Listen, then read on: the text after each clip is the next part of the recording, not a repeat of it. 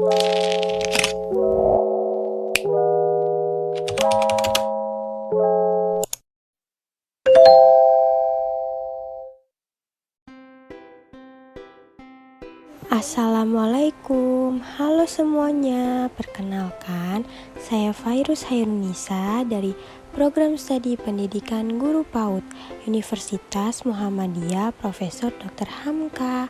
Pada video kali ini saya akan menjelaskan tentang penjagaan anak dari kekerasan.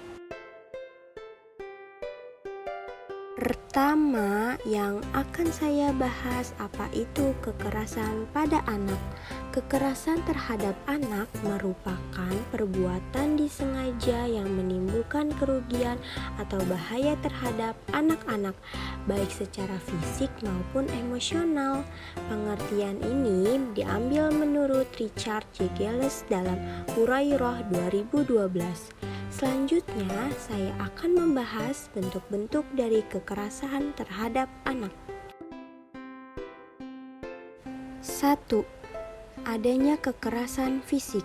Kekerasan fisik yaitu kekerasan yang terjadi dengan adanya luka fisik sampai dengan mengalami kematian pada anak. Biasanya, bentuk kekerasan ini dapat berupa pemukulan, penganiayaan, dan penyiksaan terhadap anak-anak memakai benda-benda tertentu. Kekerasan ini biasanya juga meninggalkan luka seperti yang ditemukan pada daerah paha, lengan, mulut, pipi, dada, perut, punggung, atau daerah bokong. Bisa dilihat dari contoh gambarnya ya, anak tersebut banyak sekali mengalami luka di bagian wajah. Kedua, ada kekerasan seksual.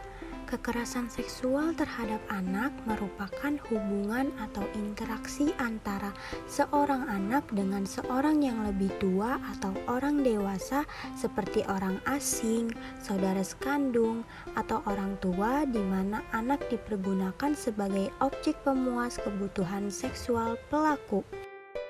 Bentuk dari kekerasan ini dapat berupa sentuhan, gambar seksual, perkosaan, ataupun eksploitasi seksual. Dampak dari kekerasan ini biasanya anak menjadi trauma dan menutup rapat dirinya serta malu apa yang telah terjadi pada dirinya, seperti contoh gambar di samping. Ketiga, kekerasan psikis. Kekerasan psikis merupakan tindakan orang tua yang secara khusus mengganggu pertumbuhan jiwa anak. Contoh dari kekerasan psikis ini yaitu penghardikan, penyampaian kata-kata kasar dan kotor, ataupun memperlihatkan buku, gambar, dan film pornografi. Dan dampak dari kekerasan ini, anak merasa tertekan dan banyak mendapat kata-kata yang tidak enak didengar untuk mentalnya, seperti contoh gambar yang ada di samping.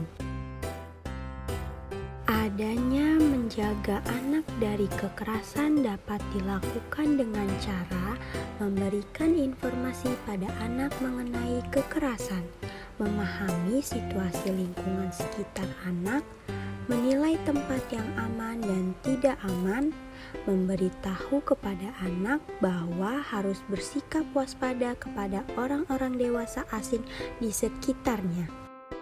Selain itu, dapat dilakukan juga dengan cara memberitahu tentang bagian tubuh yang bersifat pribadi, mengenali jenis-jenis yang berbeda dari sentuhan, mengajari anak untuk berkata tidak terhadap sentuhan yang tidak dikehendakinya, dan mencari langkah-langkah penyelamatan diri ketika ada seseorang yang mencurigakan. Itulah semua yang harus dipelajari oleh orang tua dan anak agar bisa menjaga diri dari kekerasan terhadap anak. Sebagai orang tua, anak harus dicintai, bukan disakiti.